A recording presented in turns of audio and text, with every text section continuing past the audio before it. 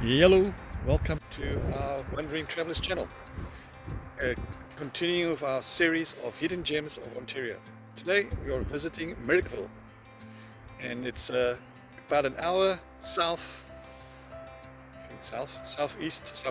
of Ottawa, and about an hour to the closest US border. Mrs. N's been doing research, so she's going to tell you all about this town. Very scenic little town, also on the Rideau Canal, and it's home to a lot of artisans, jewelry makers, sculptors, painters.